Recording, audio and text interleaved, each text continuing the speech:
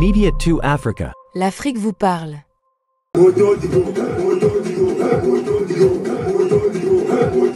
Sur le terrain, une rencontre intense et conviviale, rappelant pour certains le souvenir du bon vieux temps. Au-delà du score du jour, c'est la cause soutenue qui a marqué les esprits. Lutter contre la drépanocytose, une maladie génétique qui touche de nombreuses personnes au Cameroun, en Afrique et en France.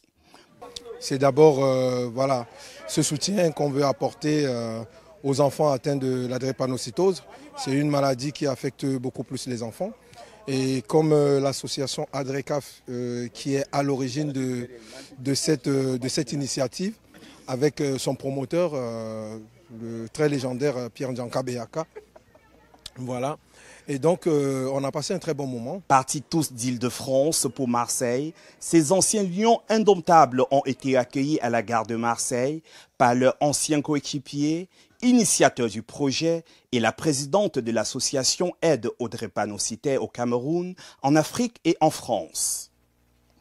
Pierre Ndjanka Beyaka, puisqu'il s'agit de lui, qui a entraîné pendant 2 ans l'équipe des jeunes de Port-de-Bouc, a choisi cette commune pour accueillir l'événement impliquant la municipalité et les jeunes locaux qui ont accompagné avec enthousiasme l'initiative. Cette journée, c'était pour nous un grand événement qu'on n'a jamais fait sur le club de Port-de-Bouc. C'est un honneur, une fierté de pouvoir organiser ça chez nous, de recevoir les lions indomptables.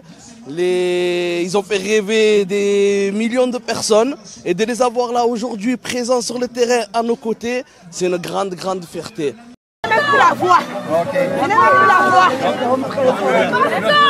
Parmi les invités de marque de l'événement, Samuel Eto'o-Fils, ancien lion indomptable et président de la Fédération camerounaise de football. Il est venu soutenir cette initiative. Accueilli chaleureusement par les autorités municipales, il a partagé des moments d'échange avec les jeunes de la municipalité de Port-de-Bouc. Écoutez, on est très fiers de recevoir Emmanuel Eto'o ainsi que les anciens, Samuel Eto'o, excusez-moi, ainsi que les internationaux qui étaient là, parce que c'est une terre d'accueil Port-de-Bouc. Vous savez, ici, nous avons eu beaucoup d'industries et beaucoup de gens de la Méditerranée sont venus ici. Des Grecs, des Maghrébins, du Sénégal, d'un peu partout. Et nous sommes une ville cosmopolite. On est très content de recevoir Samuel à Port-de-Bouc et tous les joueurs du Cameroun. Plein d'émotions. Alors, nous sommes très satisfaits et nous encourageons les promoteurs de cet événement de nous multiplier ces genres d'occasions pour qu'on puisse profiter, de partager. C'est vraiment une très grande joie. Un autre moment de convivialité était avec les anciens lions de l'équipe nationale du Cameroun, avec qui le président de la fédération a partagé des souvenirs. Mais je commencerai tout en vous disant vraiment que je suis content d'être parmi vous, parmi nous. Il y a eu une première vie où nous étions des coéquipiers. Aujourd'hui, certains sont dans la gestion du football, d'autres dans des affaires, et puis voilà. La journée s'est conclue par une soirée caritative en faveur des enfants drépanocytaires, mêlant convivialité et solidarité. La prévalence de la drépanocytose est élevée avec environ 2% de naissances touchées par la forme la plus sévère de la maladie.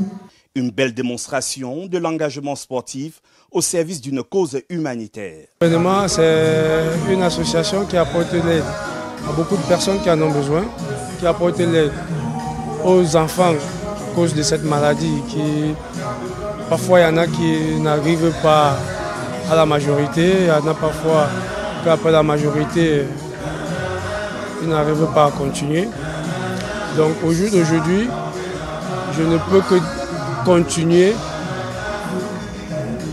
à appeler des gens à venir massivement derrière Rosine Mémy.